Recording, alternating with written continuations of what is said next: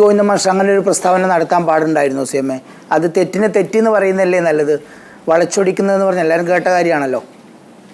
RSSനോടുള്ള നിലപാടാണല്ലോ ചോദിച്ചത്. CPIMൻ്റെ നിലപാടാണ് ഞാൻ വ്യക്തമാക്കിയത്. ഗോവിന്ദ മാഷ കാര്യം അദ്ദേഹം തന്നെ പറഞ്ഞല്ലോ, അങ്ങനെ പറഞ്ഞില്ല എന്നുള്ളത് അദ്ദേഹം തന്നെ വ്യക്തമാക്കിയല്ലോ. പിന്നെ അതിനെപ്പറ്റി ഞാൻ പറയേണ്ടതെന്ന് അദ്ദേഹത്തിനോട് ഇങ്ങനെ RSS എന്ന് പറഞ്ഞാൽ അത് പിന്നീട് രാഷ്ട്രീയ വിവാദത്തിന് വഴിവെക്കില്ലേ എന്ന് ചോദിക്കുമ്പോൾ മാഷ് പറയുന്നത് വിവാദം ഉണ്ടായിക്കോട്ടെ, പക്ഷെ അത് സത്യമാണ്, ചരിത്രമാണ് എന്നാണ് അദ്ദേഹം പറഞ്ഞത്. അല്ല, അതിൽ അദ്ദേഹം തന്നെ നിലപാട് വ്യക്തമാക്കിയിട്ട് അതിനപ്പുറം ഞാൻ പറയേണ്ട കാര്യമില്ലല്ലോ. അദ്ദേഹം ഇന്ന് നിലപാട് വ്യക്തമാക്കി കഴിഞ്ഞിട്ടുണ്ട്. ഇവിടെ അല്ല, ഇന്നലത്തെ സാഹചര്യം എന്താണ്, എന്താ ചോദ്യം, എന്തായിരുന്നു ഉത്തരവെന്നൊന്നും എനിക്കിപ്പോൾ അത് കൃത്യമായിട്ട് അറിയില്ലല്ലോ. ഞാൻ പറഞ്ഞത് ഈ പാർട്ടിയും നമ്മുടെ രാജ്യത്തിൻ്റെ പൊതുവായ സ്ഥിതിയും ഇതെല്ലാം എല്ലാവർക്കും അറിയാവുന്ന കാര്യമാണ്. എന്ത് നിലപാടാണ് സ്വീകരിച്ചിട്ടുള്ളത് അതിനെപ്പറ്റിയുള്ള വ്യക്തതയാണ് വരുത്താൻ ഞാൻ ശ്രമിച്ചത്. ഇനി അതിനേക്കാളും കൂടുതൽ പറയണമെങ്കിലും പറയാൻ എൻ്റെ അടുത്തൊക്കെ വിവരങ്ങളുണ്ട്. ഈ RSS ഏതെല്ലാം തരത്തിൽ കാര്യങ്ങൾ നീക്കിയിരുന്നു, എങ്ങനെയൊക്കെ കോൺഗ്രസ് ബന്ധപ്പെട്ടു എന്നുള്ള കാര്യങ്ങൾ. ഈ RSSുമായിട്ടും ജനസംഘമായിട്ടും സഖ്യത്തിനെ പറ്റിയുള്ള വിയോജിപ്പ് കൊണ്ടാണെന്നുള്ള കത്ത് അദ്ദേഹം PV ഉമ്മറിനൊക്കെ എഴുതിയിട്ടുണ്ട്. ആ കത്തൊക്കെ പൊതുമണ്ഡലത്തിലുണ്ടല്ലോ. അതൊന്നും ഇതുമായിട്ട് ബന്ധപ്പെട്ട പ്രശ്നങ്ങളേ അല്ല. അങ്ങനെ അതിൽ നമ്മൾ അങ്ങനെ തെറ്റായ കാര്യങ്ങൾ വളച്ചൊടിക്കാൻ നോക്കേണ്ടതില്ല. ഈ RSSനോടുള്ള ഞങ്ങളുടെ സമീപനം വ്യക്തമായിരുന്നു. RSSുമായി ഒരു കൂട്ടുകെട്ടും ഞങ്ങൾ ഉണ്ടാക്കിയിട്ടില്ല ഒരു ഘട്ടത്തിലും. അതാണ് ഞങ്ങൾ സ്വീകരിച്ച പൊതുവായ നിലപാട്. ഇവിടെ നേരത്തെയുള്ള നിലപാടെടുത്താൽ ഇപ്പോൾ കേരളത്തിൻ്റെ തെരഞ്ഞെടുപ്പ് ചരിത്രം വേണ്ടിയിട്ട് നമുക്കൊന്ന് പരിശോധിച്ച് നോക്കാം. 4 അസംബ്ലി സീറ്റുകളിൽ മത്സരിക്കാൻ 1960 ജനസംഘം തീരുമാനിച്ചു. ആദ്യത്തെ മണ്ഡലം കോഴിക്കോട്, രണ്ടാമത്തേത് തൃശ്ശൂരിൽ അണ്ടത്തോട്, മൂന്നാമത്തേത് ഗുരുവായൂർ, നാലാമത്തത് EMS മത്സരിക്കുന്ന പട്ടാമ്പി. പട്ടാമ്പിയിൽ P മാധവമേനോനെ മത്സരിപ്പിക്കാനാണ് ജനസംഘം തീരുമാനിച്ചത്. പത്രികാ സമർപ്പണമൊക്കെ നടന്നു, സജീവമായ പ്രചരണവും തുടങ്ങി. പെട്ടെന്നൊരു ദിവസം സുപ്രഭാതത്തിൽ ജനസംഘം സ്ഥാനാർത്ഥിയെ പിൻവലിക്കുന്നു. അത് കോൺഗ്രസുമായി നടത്തിയ ബാന്ധവമായിരുന്നു, അതിൻ്റെ ഭാഗമായിട്ട് സംഭവിച്ചതാണ്. അന്ന് രഹസ്യമായിട്ടല്ല, പരസ്യമായി തന്നെയാണ് ജനസംഘം കോൺഗ്രസ്സിന് പിന്തുണ നൽകിയത്. EMSനെ തോൽപ്പിക്കാൻ കോൺഗ്രസുമായി സഹകരിക്കും എന്നാണ് ജനസംഘം പറഞ്ഞത്. കോൺഗ്രസ് നേതാവ് A. രാഘവൻ നായരായിരുന്നു അന്ന് സ്ഥാനാർത്ഥി. അത് കോൺഗ്രസ് ലീഗ് PSP സഖ്യത്തിൻ്റെ സ്ഥാനാർത്ഥിയായിരുന്നു. ദേശീയ നേതാക്കൾ ഉൾപ്പെടെയാണ് അന്ന് കോൺഗ്രസ് പാർട്ടിക്ക് വേണ്ടി പട്ടാമ്പിയിൽ തെരഞ്ഞെടുപ്പ് നിയന്ത്രിച്ചത്. കോൺഗ്രസിൻ്റെ ദേശീയ നേതാക്കളെല്ലാം വന്ന് സംസാരിച്ചു. അതിനു പുറമെ ജനസംഘം നേതാവ് ദീനദയാൽ ഉപാധ്യായ പട്ടാമ്പിയിൽ വന്ന് കോൺഗ്രസ് സ്ഥാനാർത്ഥിക്ക് വേണ്ടി വോട്ട് തേടി. പരസ്യമായ സംഘപരിവാർ ബാന്ധവത്തിലും കോൺഗ്രസ് രക്ഷപ്പെട്ടില്ല, EMS വിജയിച്ചു.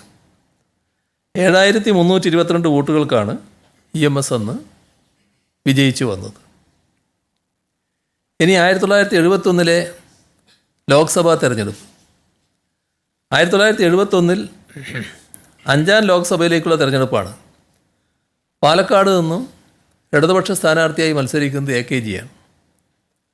അപ്പോൾ കോൺഗ്രസിനും ജനസംഘത്തിനും ഒരൊറ്റ സ്ഥാനാർത്ഥിയാണ് അവിടെ ഉണ്ടായിരുന്നത്. അതാരായിരുന്നു? അവിടെ മാങ്കുറിശ്ശിയിലെ ജനസംഘം നേതാവായിരുന്ന TC ഗോവിന്ദൻ. അദ്ദേഹമായിരുന്നു കോൺഗ്രസിൻ്റെയും RSSൻ്റെയും സഖ്യ സ്ഥാനാർത്ഥി. നേരത്തെ പ്രഖ്യാപിക്കപ്പെട്ട കോൺഗ്രസ് സ്ഥാനാർത്ഥി M. രാജഗോപാൽ പിൻവാങ്ങി. പക്ഷേ പാലക്കാട്ടെ വോട്ടർമാരും ജനങ്ങളും AKG വിജയിപ്പിക്കുകയാണ് ചെയ്തത്. 1979 കേരളത്തിൽ 4 നിയമസഭാ ഉപതെരഞ്ഞെടുപ്പുകൾ നടന്നു. കാസർഗോഡ്, തലശ്ശേരി, തിരുവല്ല, പാറശാല. ആ ഘട്ടത്തിലാണ് ഒരു RSSകാരൻ്റെയും വോട്ട് ഇടതുപക്ഷത്തിന് വേണ്ട എന്ന് EMS പ്രഖ്യാപിച്ചത്. 4 മണ്ഡലങ്ങളിലും ഇടതുപക്ഷം അന്ന് വിജയിച്ചു വരികയാണുണ്ടായത്. 1980 ലോക്സഭ നിയമസഭാ തെരഞ്ഞെടുപ്പ്, 1980 ലോക്സഭാ നിയമസഭാ തെരഞ്ഞെടുപ്പുകൾ ഒരുമിച്ച് വന്നു. 1980 പാർലമെൻറ്റ് തെരഞ്ഞെടുപ്പിൽ കാസർഗോഡ് മണ്ഡലത്തിൽ കോൺഗ്രസ് മുന്നണിയുടെ സ്ഥാനാർത്ഥിയായി മത്സരിച്ചത് നേരത്തെ ഞാൻ പറഞ്ഞു ഒ രാജഗോപാലായിരുന്നു, ജനസംഘക്കാരൻ. അന്ന് കോൺഗ്രസ് ഐക്കാർ RSSകാരന് വേണ്ടി വോട്ട് തേടി.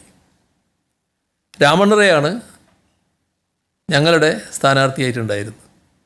73,587 വോട്ടിൻ്റെ ഭൂരിപക്ഷത്തിനാണ് രാമണ്ണറെ ജയിച്ചത്.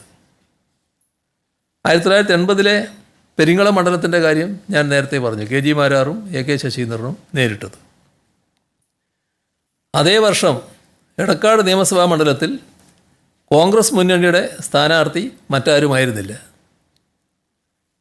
മുൻ KPCC president K. സുധാകരനായിരുന്നു. K. Sudhakaran അന്നും ജനതാ പാർട്ടി തന്നെയായിരുന്നു, ജനതാ പാർട്ടിയുടെ സ്ഥാനാർത്ഥിയായിട്ടാണ് അവിടെ മത്സരിച്ചത്. RSSകാരായ ഒ രാജഗോപാലും KG മാരാരും അംഗങ്ങളായ അതേ പാർട്ടിയിൽ നിന്ന് അതേ ചിഹ്നത്തിലായിരുന്നു സുധാകരൻ മത്സരിച്ചത്. കോൺഗ്രസ് അദ്ദേഹത്തിന് വേണ്ടി വോട്ട് തേടി. ഞങ്ങളെ സ്ഥാനാർത്ഥി അന്നത്തെ അഖിലേന്ത്യാ ലീഗിലെ PPV മൂസിയായിരുന്നു. അദ്ദേഹമാണ് സുധാകരനെ പരാജയപ്പെടുത്തി ആ തെരഞ്ഞെടുപ്പിൽ വിജയിച്ചത്. ഒറ്റപ്പാലം മണ്ഡലത്തിൽ ജനതാ പാർട്ടിയിലെ PR നമ്പ്യാർക്ക് വേണ്ടിയാണ് കോൺഗ്രസ്സുകാർ പ്രവർത്തിച്ചത്. ഇടതുപക്ഷത്ത് VC കബീറായിരുന്നു, അദ്ദേഹം വിജയിച്ചു വന്നു. 1991 ബേപ്പൂർ വടകര മണ്ഡലങ്ങൾ കേന്ദ്രീകരിച്ചുകൊണ്ട് കോലീബി സഖ്യം, അത് എല്ലാവർക്കും അറിയാവുന്ന കാര്യമാണ്. വടകര ലോക്സഭാ മണ്ഡലത്തിൽ കോലീബി സ്ഥാനാർത്ഥിയായി മത്സരിച്ചത് അഡ്വക്കേറ്റ് രത്നസിംഗ് ആയിരുന്നു. അദ്ദേഹം തൻ്റെ ആത്മകഥയിൽ 91 കോൺഗ്രസ് ലീഗ് BJP ബാന്ധവത്തെക്കുറിച്ച് തുറന്നങ്ങെഴുതി. അതിപ്പോൾ നിഷേധിക്കാൻ ആർക്കും കഴിയാത്തൊരു കാര്യമാണ്.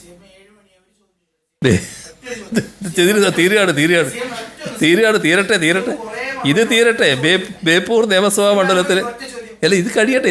ബേപ്പൂർ നിയമസഭാ മണ്ഡലത്തിലെ നമ്മുടെ കോലീബി സ്ഥാനാർത്ഥി ഡോക്ടർ K. മാധവൻകുട്ടി, അദ്ദേഹം ഇത് പിന്നീട് വെളിപ്പെടുത്തി. കോലീബി സഖ്യത്തിൻ്റെ രൂപവൽക്കരണത്തിന് മുന്നിൽ നിന്നാരായിരുന്നു? BJPയിലെയും കോൺഗ്രസ്സിലെയും മുസ്ലിം ലീഗിലെയും പ്രമുഖ നേതാക്കൾ. ഇതേ കോലീബി സഖ്യമാണ് പിന്നീട് നേമത്തും കാണാൻ കഴിഞ്ഞത്, പല തെരഞ്ഞെടുപ്പുകളിലും കാണാൻ കഴിഞ്ഞത്.